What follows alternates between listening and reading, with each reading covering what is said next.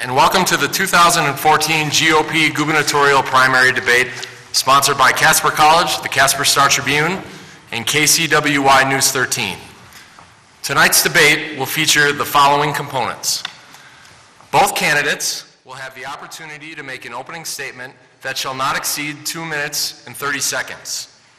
After the opening statements, the candidates will answer questions from the Casper Star-Tribune editorial board, KCWY's news team, and readers of the Casper Star-Tribune on energy and economy, education, state, federal, and state tribal relations, the state budget, and other topics of recent interest. The candidate who receives a question will not have more than 2 minutes to respond.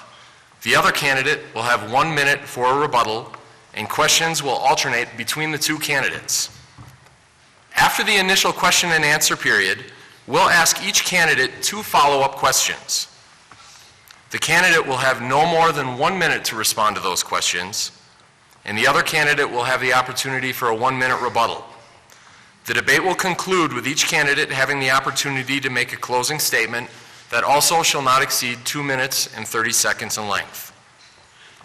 As we progress through the debate tonight, members of the audience are encouraged to use the pens and paper that were available to them on the way in and write down possible follow-up questions based on things that one or the other of the candidates have said tonight. If you have a follow-up question ready, please raise your hand and an usher will come collect it from the audience. Once again, we appreciate you holding your applause until the end of the event. And please remember to be respectful of the candidates who have chosen to participate in tonight's event. If you aren't, the situation will be addressed by Casper College security. Based on results of a pre-debate coin flip, Governor Mead, you will make the first opening statement of the night. Governor Mead, the floor is yours.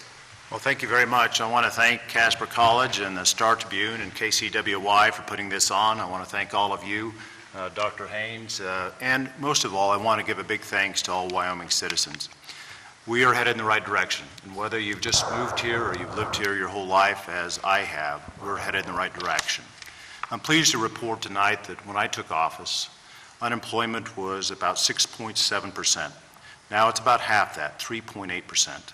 And that means not only do we have the ability to follow our individual dreams, but equally and perhaps more importantly, our kids and grandkids can continue to live in wonderful Wyoming where they can accomplish their dreams. We've done this by keeping taxes low. As a matter of fact, this year we are recognized as the state with the lowest taxes. We've done it by shrinking the size of government. We have fewer state employees now than when I took office. We've done it by reducing rules and regulations. I asked each agency to reduce their rules and regulations by 30%. We've done it by increased savings. We've increased savings by hundreds of millions of dollars, both in permanent and temporary savings. And at the same time, we have certainly done it by continuing to invest in those things that grow great pride in Wyoming, that are so important to us. Our seniors, our disabled population, our military, our veterans, and always local government and infrastructure. I have been a great supporter of minerals, tourism, and ag, our big three, because they serve us so well.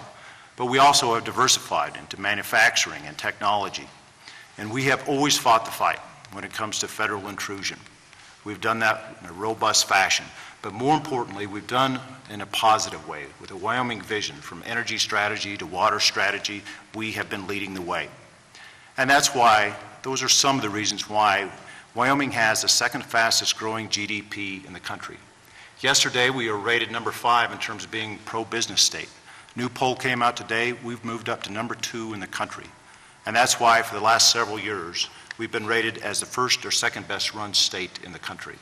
I'm proud of that. I want to keep it going. Looking forward to tonight and to your questions. Thank you. Dr. Haynes. Thank you. Thanks for this wonderful venue, Casper College, K2TV, and the Casper Star-Tribune for being interested in taking our message to the constituents. And thank you all for being here. God-fearing, patriotic people who see the state is actually not going in the right direction. I'm running because I feel that my back is against the same wall that yours is.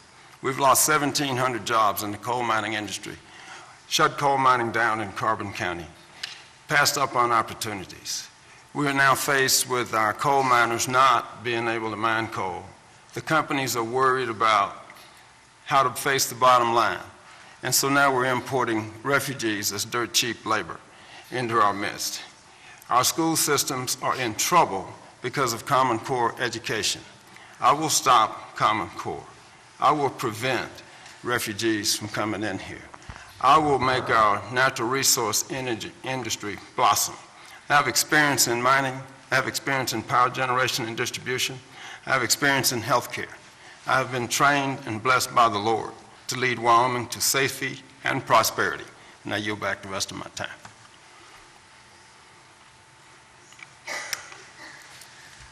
All right, we'll move on now to questions, and we're going to start off with the category of energy and economy. So, Governor Mead, this first one is for you. Wyoming is largely dependent on its energy sector, a situation that drives the state's need for massive reserve funds to cushion downturns. If reelected, what would you do to diversify the state's economy, or would you leave it as is? Well, I would certainly continue to support the mineral industry because it's so important to Wyoming, but I will continue to diversify as we have done. One of the areas where we have great opportunity for Wyoming to diversify is in technology. That's in part because we have the lowest cost electricity in the country. And we've done that. We've done that as we look around the state. We see companies like Microsoft coming in and investing $500 million in the state. We see in opening up our right-of-ways on our public highways the opportunity for small and medium-sized technology companies to flourish in Wyoming. And the reason I push that is because we have that competitive advantage, and the reason I push that is because in a rural state is a great equalizer with telemedicine, telecommuting, teleeducation. We have a great opportunity. And in fact, when I got through the legislature last session, an opportunity for a unified network, we're going to have a 100 gigabit backbone in the state of Wyoming, which is unprecedented, particularly in the West. And that would allow us to get to the next standard in broadband, which is IPv6. And that would be a remarkable accomplishment for a state, let alone a state that is smallest in population. We will continue to diversify our economy also in manufacturing. We see we are increasing in manufacturing beyond the national rate. We see our international exports. 2 years ago, we were seventh largest increase in international exports of all states. So we are diversifying our economy and will continue to diversify it, but we never want to leave behind the bread and butter of minerals and what it means to the state. Dr. Haynes, your rebuttal. Well, I have to agree with Matt that IT is one area where we really should continue to invest, and the state's done a good job, and I will continue that. But I want to caution everyone who wants to move away from energy. The thing that we haven't done with energy is diversify energy. We should have refineries. We should build power plants in Wyoming. We have just scratched the surface with coal. People, we have more coal than China. The Lord wants us to use that responsibly, and we're just using it to burn. We can do all kinds of things with coal. It is the most complex hydrocarbon. We can make everything from diesel to natural gas and everything in between. I want to see liquefied natural gas plants. I want to see us ship that liquefied natural gas to Western Europe so that we can take that market away from Putin. So, yes, we're going to diversify when we can, but when we play to our strength, diversification comes through the secondary and tertiary industries that serve our major industry. You always play to your strength, and then the secondary benefits come along. Okay. Now for you, Dr. Haynes, let's consider the hypothetical day when no one is buying Wyoming coal. What would you have done to prepare Wyoming for that day, and would a state income tax be on the horizon? Excellent question, thank you. First of all, I'm not waiting for the day when nobody buys coal. That's why I mentioned we can make everything from diesel to natural gas from coal. There's also thorium in coal, which is much higher in energy when released than when burned in coal. So what I'm going to do is push to build the power plants now. I'm going to push to diversify the products that you get from coal right away, so that the day when nobody buys coal won't matter because we're generating and selling the power from Wyoming. And we will generate and sell most likely DC power, which you can transmit long distances. So we'll start right away diversifying what we're doing with our natural energy base and not wait for the other shoe to drop. Governor Mead. Well, I think it's right that we never want to look for the day when we're not going to have coal, but there is certainly challenges. The 111D rule EPA came out with, regional haze, all of those we've been involved in, all of those we're fighting. We have 13 separate lawsuits against the EPA, so we're fighting that. But I think rather than looking for the end of coal, we ought to look to expand it. And I've traveled overseas and to expand those markets. I've traveled to the West Coast to try to get the ports opened up. And what we did last session with the legislature, of course, is to try to get an integrated test center to go on to one of our plants here in Wyoming. And that has great opportunity for us to look at the slipstream off of coal-fired plants, and rather people viewing it as a liability, view it as an asset where you can mix it for feedstock from everything from petrochemicals to food sweetener to graphene. And those are the areas where we've been working on, along with an industrial park in Wyoming where we have helium, trona, coal, oil, gas, water, rail. We have all those things, and we can maximize some of those things with an industrial park. Okay, this next question was sent in by Wyoming voters. It comes from Shelby and Russ Calden of Riverside, and this is for you, Governor Mead. They say, it seems to us that we as citizens should reap the benefits of native raw materials, including new and existing wind farms. Why does the state continue to allow the export of all energy-related products without first mandating low-cost or even free energy to all of the citizens of this great state? Well, one of the things that the energy sector needs, of course, is to be profitable. And we do ship out a lot of energy, and whether it is wind, whether it is oil, whether it's gas, whether it's coal, that is part of my previous answer in terms of we need to see how we can add value to the product, including what we're looking at in an industrial park. We looked up in Canada. They have a 532 square kilometer industrial park. And the co-location of many types of industries, rather than having something that is viewed as waste, could be viewed as a feedstock for another one. And so we're going to try to maximize those. But we are a beneficiary of the products that we have, and we are a beneficiary of the products we sell. But we know the more we can add value in Wyoming, the better it is for all of us. And so that is what we've been working on at the state level. And we also see that we've had some success in that, but we also see we've got a long ways to go to continue to add value to those products.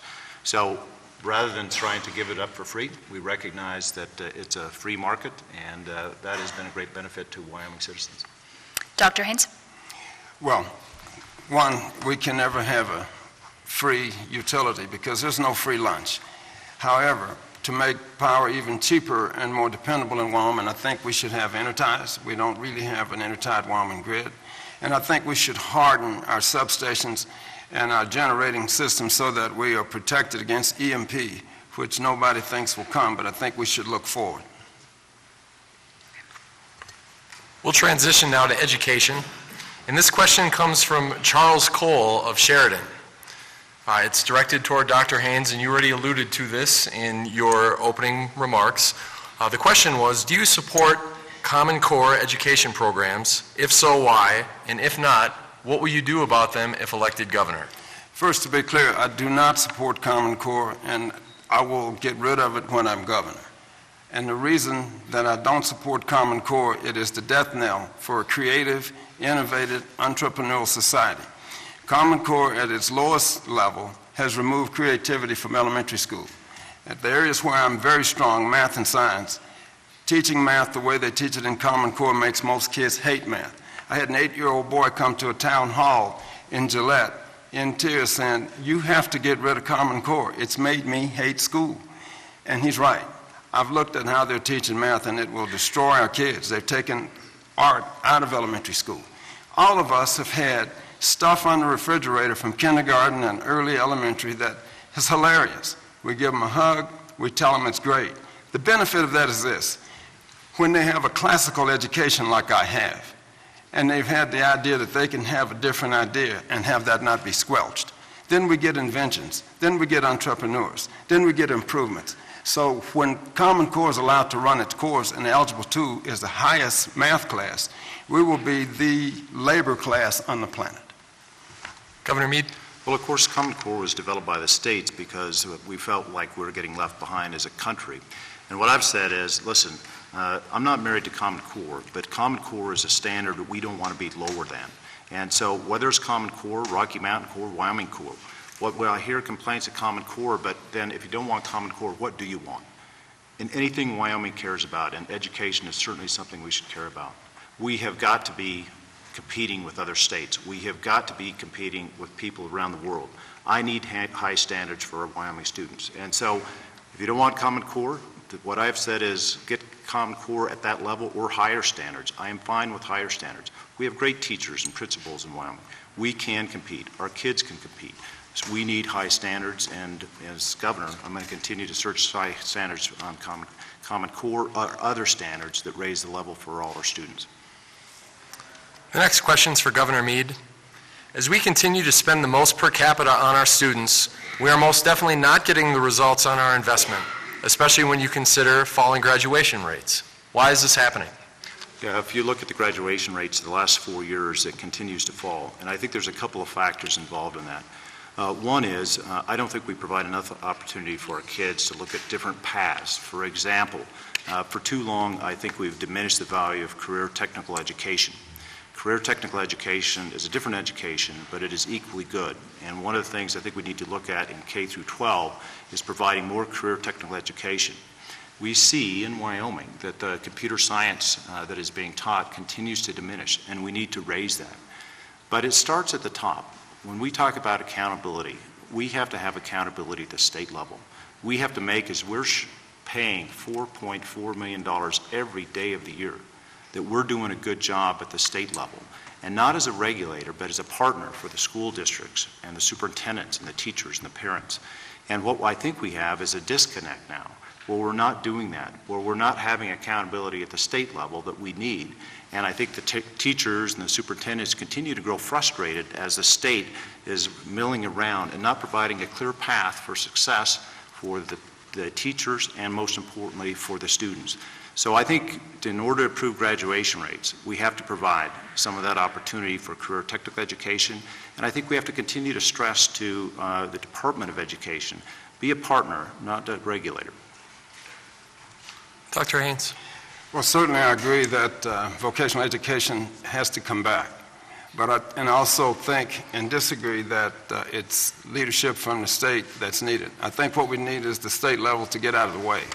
I think control needs to go back to the parents, teachers, and the local school districts. I think teachers should be able to teach the subject matter in depth, not go memorize, test. I think that students need a chance to learn their subjects in depth. Two kids born on the same day don't have the same gifts, don't progress at the same rate. This whole deal forces them down a pathway where they hate school, and by the time they're 15, they drop out. I want to use the community college system to bolster, using their concurrent track and dual track program to bolster our high school vocational education and our upper class sciences. So I think we need to get the state out of this, and I think we need the parents and teachers and local school boards to work more on this problem. Dr. Haynes, if you could go back to the last legislative session, how would you use your influence as governor on Senate File 104? If I was governor during the last legislative session, since I was the second person to testify against it, I would have vetoed Senate File 104. And I would have lobbied against it when I heard about it before it ever went to committee, but I definitely would have vetoed it. Governor Mead, your rebuttal. Well, just clarification, it wasn't last session, it was 2 sessions ago. Obviously, I signed the bill. 2/3 of the legislature minus one person signed it. And in what the legislature and we were trying to do is we spend $4.4 million a day to see whether we can do a better job at the state level being a partner.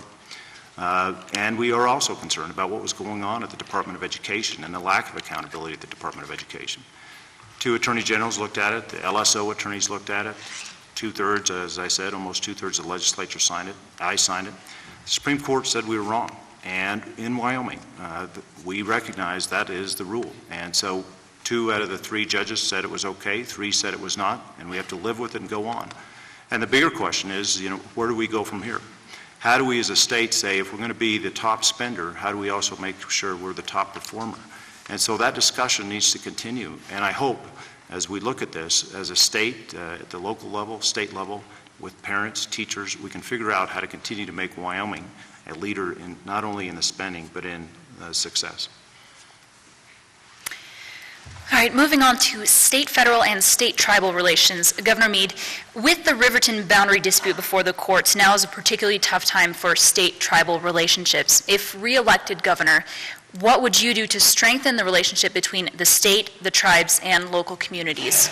Well, it's very important, and, you know, both as, when I was U.S. Attorney, I got to the privilege of meeting individually with the business councils and then the Joint Business Council, and when I became governor, we reached an agreement where I would go up there and meet with the Joint Business Council, and they would come down to Cheyenne and meet with me. And we have done that. We haven't done it as well as we'd like because sometimes the meetings are canceled. But I was meeting with the Shoshone Business Council, I think 2 or 3 weeks ago, and we have a good relationship. But the issue with regard to the reservation boundaries, my angst is not with the tribes. They have a point of view that they've long held in terms of where the jurisdiction should be. My angst is with the EPA, a regulatory agency, coming into the state without notification to me or anyone else and redefining state boundaries in excess of 1 million acres and then telling us after the fact. That is my problem. I appreciate the tribes have a point of view, but with regard to the EPA, I am not going to accept that the EPA can come define state boundaries, and in doing that, not only change the boundaries, but change the jurisdiction. It could result in changes in what's happened with somebody who's convicted of a crime. It can change what happens in terms of sewage treatment plant that has previously been permitted in Riverton, Wyoming. That is a big deal. And so that is my challenge with regard to that issue. It is with the EPA. It is not with the tribes and their point of view. And they know I have a disagreement with them on their point of view, but I respect their point of view, but I have great trouble with what the EPA did. Dr. Haynes? Ma'am, I'm sorry that was a surprise to you because I was aware of this issue brewing when I ran in 2010. And in my travels this time, as I've engaged tribal members and a few people who are leaders, not necessarily council members, but leaders on that tribe, they also are concerned about the heavy-handedness of the EPA. And as your governor, I will protect you from the EPA. It's a very simple thing to do. I can do it in the boardroom based on the authority vested in me as governor of the state of Wyoming under the Constitution.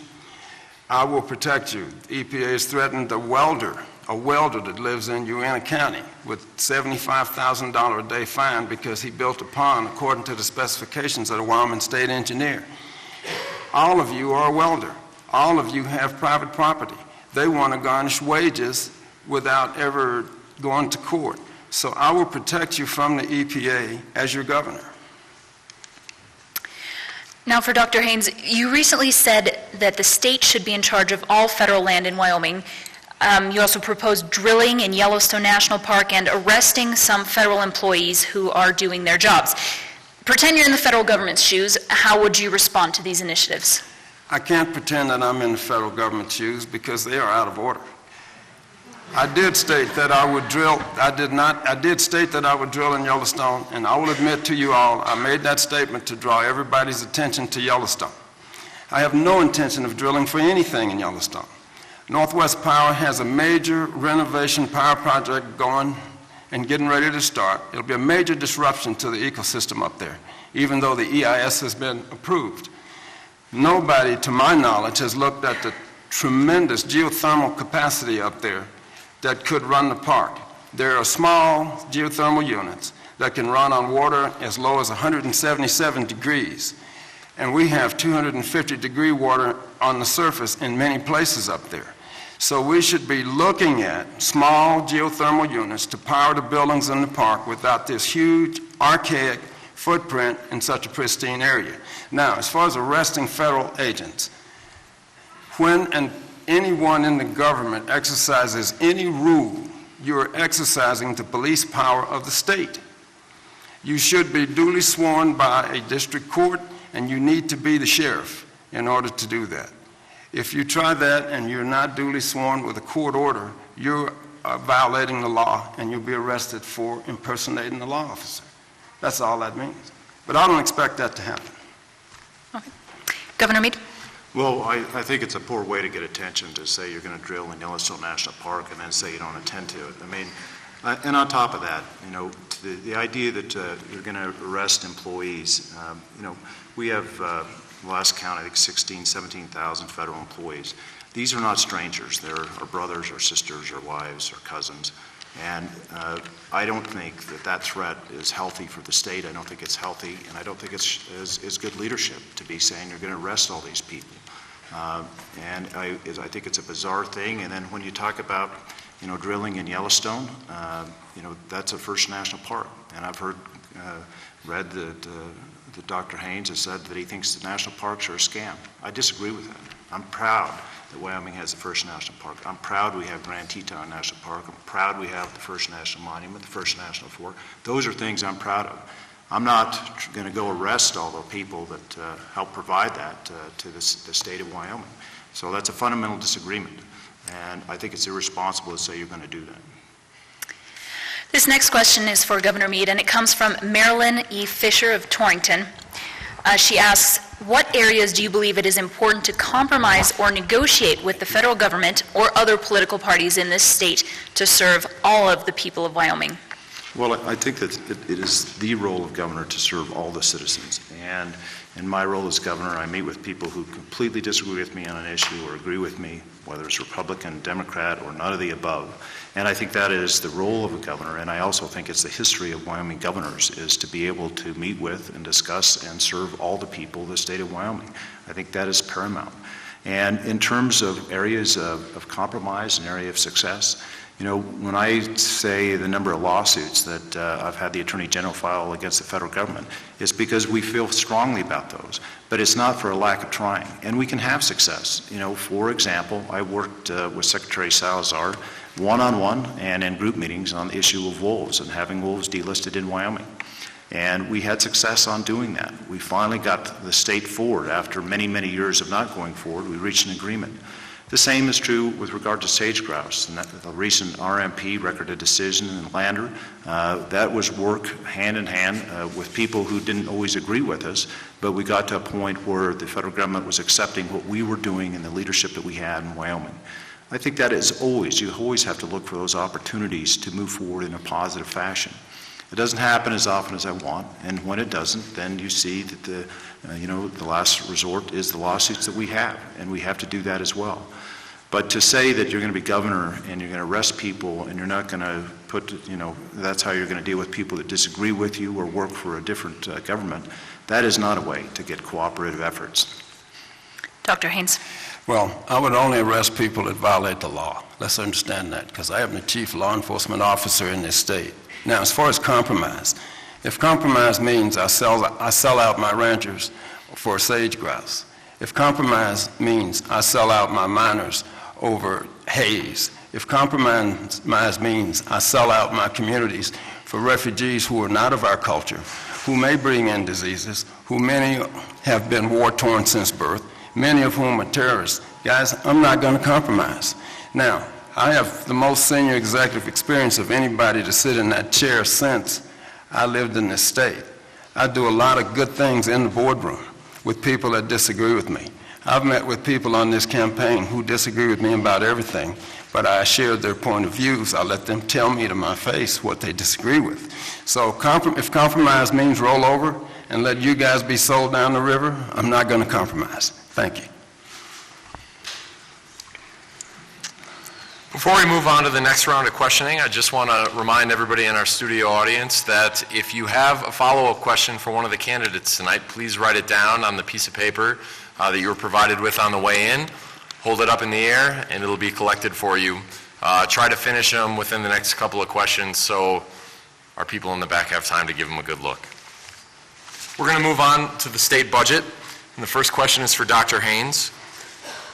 Dr. Haynes, Wyoming has billions in reserve funding or rainy day accounts. If that money was available to you and you could spend it, what would you do with it? Well, first of all, when the rainy day account was set up, the goal was to have a biennium in the bank, and I think that's a very good idea. However, the pace at which we're trying to get there may be unreasonable. What I think the wealth of this state is for the cities, towns, and counties. And I would like to see that money distributed for infrastructure needs, not for corporate welfare, not for my buddies, but for infrastructure need. Because infrastructure, including IT, as the governor mentioned, infrastructure is the key to economic opportunity. So I would like to see that money go to infrastructure. There are a couple of programs that are neglected. There are a couple of groups that are neglected. Mental health is woefully underserved. Juvenile justice is woefully underserved in this state and misserved. So I would look at those things, but basically I'd like to see that money go to the cities, towns, and counties for infrastructure. Their earnings, their earnings. Governor Mead. Well, I think you have to have a balanced approach in terms of investment, and it's a legitimate discussion in terms of how much do we have in savings and then how much do we spend in terms of getting back to local government on infrastructure. And in that, we see that the permanent savings and the temporary savings have served us well. It's one of the big part, the interest from that serves us in terms of our revenue. So to answer your question, what would I do with it? I wouldn't spend it all. I would continue to put some back in savings, and even last session, after I prepared my budget, I had $200 million that I left on the table for the legislature to consider for savings. Those are the types of things I would do. But if you look in terms of infrastructure and you think about Wyoming as a stock and you see the strength of Wyoming, I'm betting on Wyoming, and we've got to invest in Wyoming, and that's why you see the record amounts that we have been putting back to local government, and I'll continue to do that, because no jobs are created in the capital. We don't live in the capital. It's at the local level.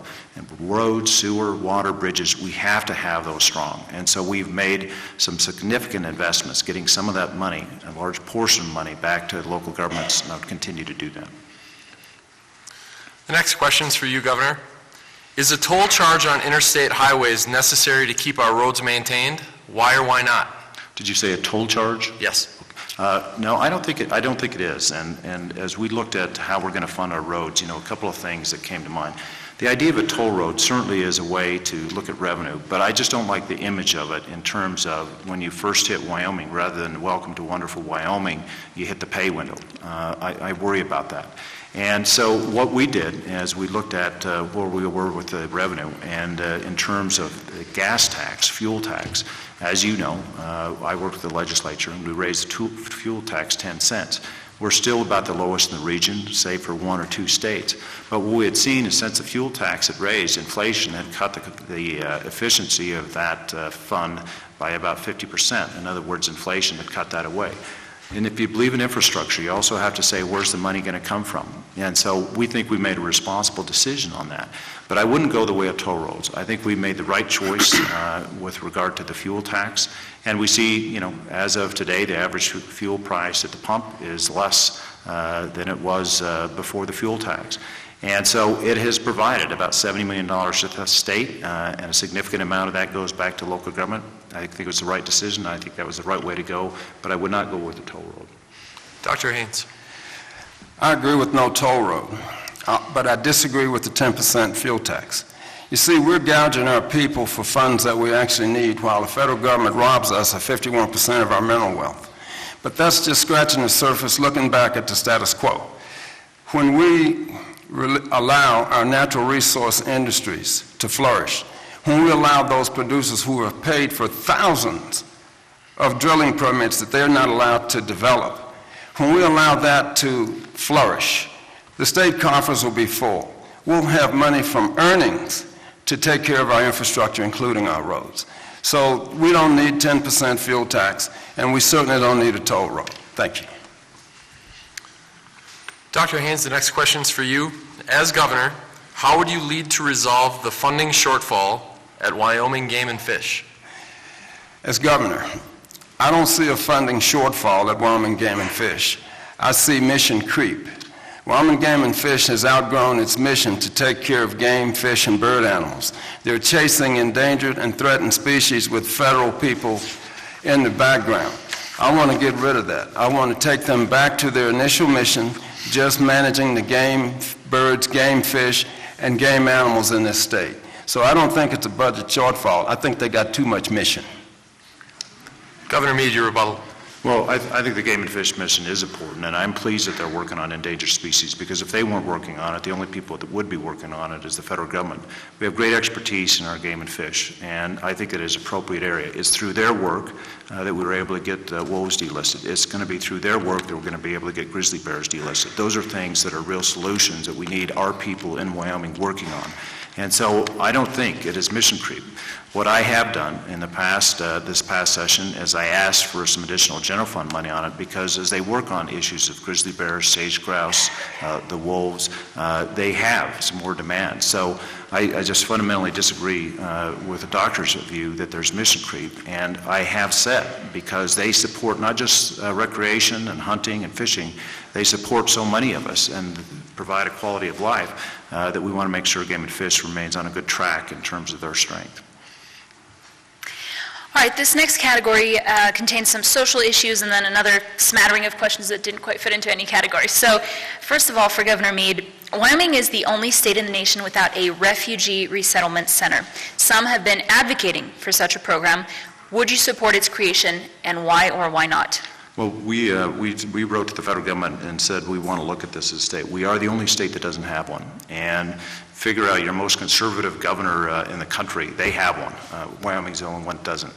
And so one is, it's not a refugee camp. And two, for the doctor to say we're bringing in refugees is false. We've not brought on any refugees. Count the number of refugees we have brought in under my administration, 0. But having said that, what we do know is you can't put your head in the sand. We see refugees who are coming to the state, and maybe they're secondary refugees. For example, we have folks who work in Greeley, Colorado, but they may live in Wyoming. What services are they using? Where do they come from? Who are they? What are the challenges that they face or they may provide to a community? We wanted to know that information. And so we wrote to the federal government and said we're interested in looking at this, and we are looking at it. And whether or not we go forward with it or not, I don't know. But we have to be aware, and we can't just say, hey, that's a good thing to sort of put a negative spin on and draw up this negative connotations with what's going on. The fact is, we're the only state that doesn't have one. The fact is, it's something that we don't close our borders down and say, hey, we're going to check everybody on the border of Wyoming and see whether or not you're a refugee or not. We have to be real living in the real world. And so we're trying to figure out that information. And that's where we're headed now, and we'll decide whether or not we're going to have refugee resettlement or not, which is most often sponsored by local churches. But at least we need to know what's going on in Wyoming, and that's the primary purpose we want to look at it. Dr. Haynes. Thank you. Well, I don't think they're refugees either. I think they're groups of people being brought in to kill labor and undermine our culture. The problem is this.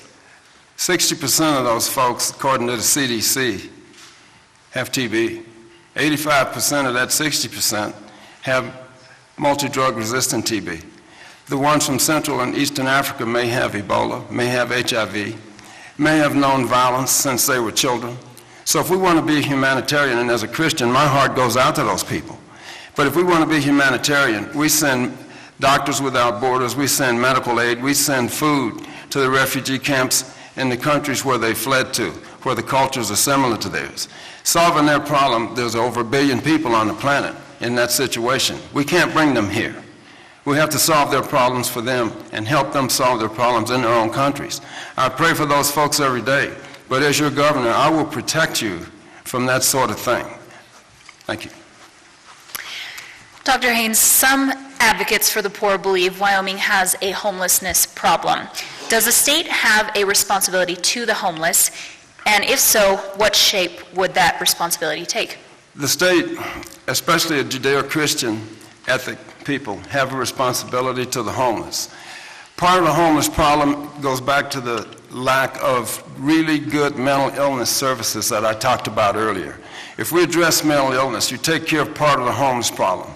When they were turned out because they should be free, many people who need supervision and help are now in the streets.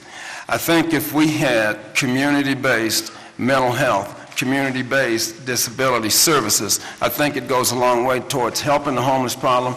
And not only is our responsibility to them, our responsibility to the rest of the citizens in the community so that they don't cause a problem just trying to survive. So we should do the right thing for the homeless. Governor Mead? Well, it was about 1.5 years ago we started the program in Wyoming to try to reduce homelessness within a 10-year period. And that not only is a good mission, it also helps the homeless shelters in Wyoming be more competitive in terms of what they can do. And when we did that, we recognized that we do have, in Wyoming, unfortunately, we do have those who are homeless. And when I said I want to try to reduce this and have a 10-year plan to end homelessness in Wyoming, we got started on it. And we didn't say we're going to help those who don't have disease. If they have disease or if they're from another country, we're not going to help them. We said homelessness is an issue in Wyoming, and we want to look at it. Okay. Governor Mead, now, you're both Republicans, and the GOP in Wyoming is facing a rift between different factions, with some Republicans going so far as to censure the sitting governor and legislators. How do you view the state of the Wyoming GOP, and what will you do about it?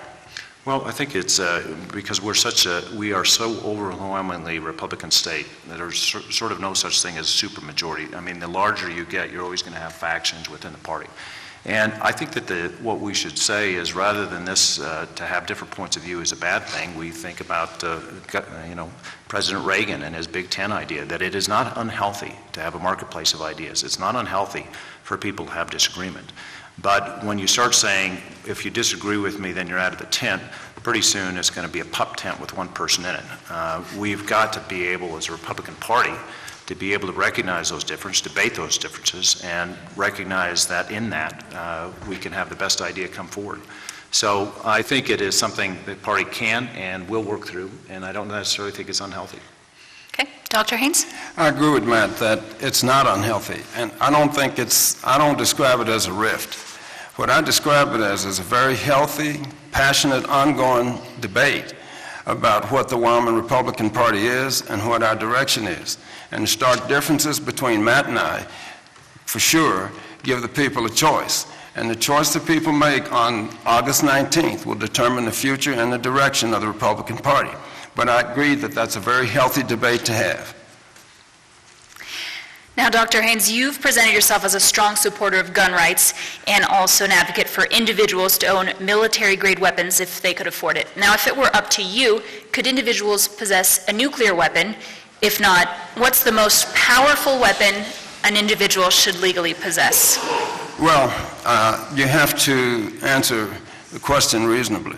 Obviously, there are no individuals that could own a nuclear weapon. It's not possible because even Bill Gates couldn't produce all of the steps that you need to own a nuclear weapon. But basically, when you read the Constitution, the founding documents, and the Federalist Papers, when they want you to have the same grade weapon that the military have, they're mostly talking about rifles. So 308 in caliber or better is what most citizens should have. If you can afford more than that, I'm fine with that. I'm just fine with that. And I'm not concerned about anybody out there having a nuke. Governor. They're my friend. Oh, Well, I think it's, I think Dr. Haynes has answered that well in terms of, nobody's in favor of that. But having said that, I think we have to be careful when you're saying something is military grade. I mean, as an owner of, everything from a 50 cal to 308s to 223s, some people classify those as military grade, and I think you have to be careful in putting a label on it. So both of us are strong supporters, and I don't disagree with his assessment. We don't want people to have those types of weapons. Governor Mead, some Republicans, such as former Senator Al Simpson, say the freedom to marry, regardless of gender or sexual orientation, is a uniquely conservative, even Wyoming value, because they see it as an issue of individual freedoms. Do you agree with that, and why or why not? Well, I disagree with it. As you probably know, Wyoming's marriage law is being challenged right now, and the Attorney General's in that lawsuit and is vigorously defending it. My personal belief is marriage is between a man and a woman, and that's always been the way it is. I respect that Senator Simpson has a different point of view. I also respect that we have to recognize as a state in the same way. It's not a question of whether we have homosexual and gay people in the state of Wyoming. We do, and we have to be respectful of them. But in terms of marriage, I still believe marriage is between a man and a woman. Dr. Haynes? I agree with Matt on that. Marriage is between one man and one woman, and what's being sought is a marriage license. That's a privilege. In order to get that privilege, you got to meet the standards set for every other individual to get that privilege. In Wyoming, that's one man and one woman, and I will stand on that. Okay, before we get started on the follow-up questions, I just want to thank Casper Star-Tribune opinion editor Jeremy Fugelberg, KCWY's Cody O'Hara, and you guys, the audience, for taking the time to come up with some thoughtful follow-up questions based on what you've heard tonight. The first follow-up question is for Dr. Haynes. And Doctor, you've said tonight that there's a need to develop more products from Wyoming coal, including gasoline and diesel. But several private projects to do so haven't gotten off the ground yet. What can you do as governor that they can't? Most of those, first of all, that's not new chemistry. The Germans made diesel from coal during World War II. We can make And even without our help, we make natural gas from coal, and then there are processes by which we can facilitate that. The real problem is political. It's regulations. It's not technology. It's not market. It's regulations. We need reasonable regulations. We need to get the EPA out of Wyoming, and I can do that. I can do that in the boardroom. That's the real problem with these new technologies. Governor Mead. Well, over the last 3.5 years, we've been looking at coal to gas. We've been looking at gas to liquids. And I have, in terms of which goes first, I suspect that I think gas to liquids is probably going to be going first, but all of them are good. And we had, an example, we had the High Plains Gasification Project at the University of Wyoming with General Electric, which I was supportive of. But because it's an uncertain territory, GE withdrew from that because in order to have that innovation and technology in terms of coal, you also have to know there's a future in it. As my dad would put it, you never want to, vaccinate a dead cow. I mean, you got to know that it's going to live and it's going to thrive. And so I think the rules and regulations certainly have been hampering the ability for some of those innovations, technologies to go forward. But as I said, what we're doing with the Integrated Test Center, we can provide some more opportunities for the slipstream off of coal-fired plants, from everything from graphene to fruit products. And we're looking at that along with the Innovation Award to help find the scientists that can find that answer. Governor Mead, the next question's for you. Do you think it's appropriate for you to use the state airplane during campaigning, even if you say you reimburse the state? At what level do you reimburse the state? And is it at the actual cost of operation? Yeah, well, I don't think it's appropriate for me to use it if I'm saying I'm doing it. I think it's appropriate for me to use it. Just for example, today, we flew to Casper for an Oil and Gas Commission meeting. We left there about 1:30. So when I'm on campaign time, like I am right now, we reimburse the state for the extra time. And on top of that, every month we post the amount of usage of the plane that, on the state website for everybody to see. And I think the doctor and I agree on this. People don't want you to be governor of Cheyenne. They want you to be governor of Wyoming. And I think it's part of the job. You got to travel around the state. Dr. Haynes? I certainly agree with Matt. I want the governor to be available to the people, and I'm pleased and impressed that he does reimburse the state for costs. So I don't have any problem with his use of the state plane and the way he's handled that. The next question's for Dr. Haynes. Would you allow education money to follow a student? Why not allow the parents to decide what type of education their children will have? Answer to the first questions, I would definitely like to see the money follow the student, because what that will do in our public school system is create competition. Competition makes you sharp, makes you better, makes you innovative. Now, what would I do? I would like to have the legislators pass that legislation, and that's how I would need to get that done. And the public will help me get that done. Governor? Well, I think that the way we should go is, as we've done, we've tried to support more charter schools, have tried to promote the ability for distance learning. But there's different definitions on follow the student. We have to have strong K through 12. I think it's a responsibility. I think the advantage of charter schools, what they can provide is you're providing education to the same set of students, those that are on the top end and those that are on the bottom end, provides a great opportunity for innovation and comparisons and for challenges for K through 12. And I think that's what we have seen. I think we can make improvements in charter school and in terms of some of the homeschooling we're doing, some of the distance learning we're doing. And we've seen some of that, but I think that is the better way to go. Final follow-up question of the night goes to Governor Mead. If you're re-elected, will you assure us here tonight that you will never again support any plan to unseat our constitutionally mandated and elected superintendent of public instruction? If not, why not? Well, certainly. We talked about that already. It's interesting to me that, shortly before that, the year before that, I was asking the Attorney General to support the term limit law that was on the books, because I actually believe there should be term limits for governors and for the 5 state elected officials. And, the Supreme Court overturned that. There was no move to censure everybody who voted for that. There was no move to have some of the things we've seen. And I think since 1980, I think there's been 15, 18, 20 different bills that have been signed by a governor that have been overturned by the Wyoming Supreme Court. The system works that way. It's checks and balances. And so there was no intent by anyone to do anything unconstitutional. We followed the advice of the Attorney Generals. We followed what we thought was in the Constitution in terms of the legislature defining the duties of the superintendent.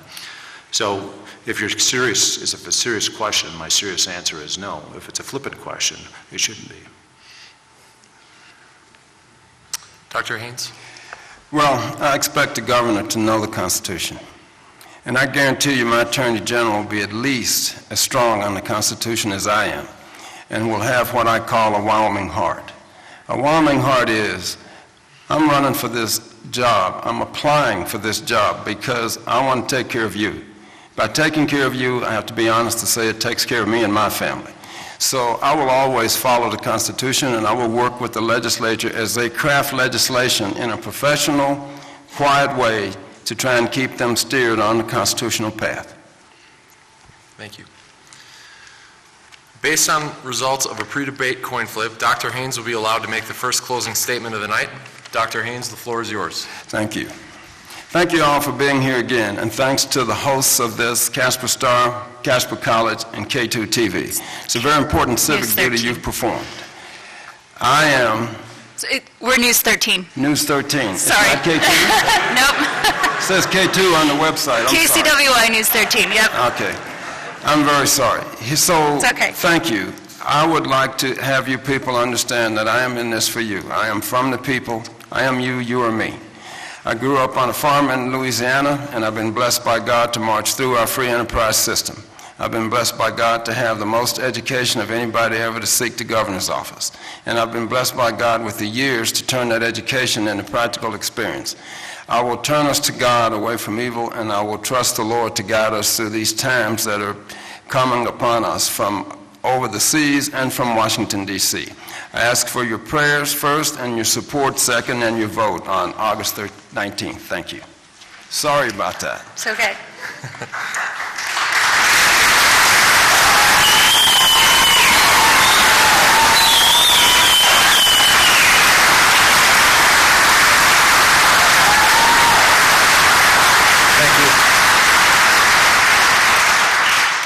Governor Mead, your closing statement this evening. Well, I want to thank the sponsors as well. I want to thank all of you for being here, and for any who watch it later on Saturday or beyond that for participating. It is important, and debates are important, and it gives us all an opportunity to examine the candidates.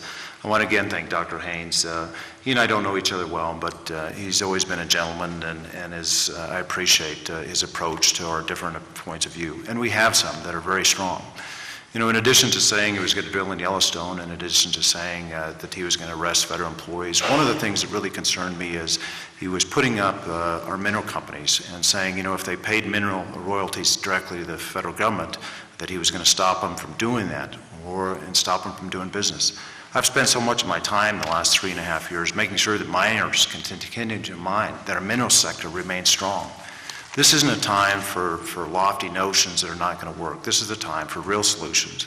This is a time to challenge the government, federal government, when they intrude in a way we don't want, in a real way, in a practical way that gets the job done. You know, I grew up on a ranch here in Wyoming. I'm a fourth-generation rancher. And my kids, as I look at them, I want to make sure that this wonderful Wyoming, from our beautiful parks, which I treasure, to our wildlife, to our independent way of life and an independent way of thinking, remains true, remains strong for the generations to come. My grandfather used to say, as told to him by his grandfather, my great-grandfather, in Wyoming, where you find one blade of grass, you leave two. And that's beyond ag. What it is each of us have a duty to leave the place a little better than we found it. That's been my mission my first 4 years, and it'll certainly be my mission the next 4 years. Carol and I, and our kids, it's been a great privilege to serve the state. We want to continue to do that. I don't view this as a career, though. I view it as something you do you get in, you do the best you can, you make the tough decisions, and you get out. And so we do want another term. But it's up to the voters of Wyoming, who hopefully agree with us. Wyoming's on the right path. That when you're ranked second best state in terms of how it's run, year in and year out, or first best, when you see low unemployment, when you see the low taxes, when you see how we are rated in terms of our business, when you see that we have the lowest poverty rate in the nation when it comes to kids, that we are on the right path. So we'd ask for your vote on August 19th. Thank you again. Thank you, Dr. Haynes.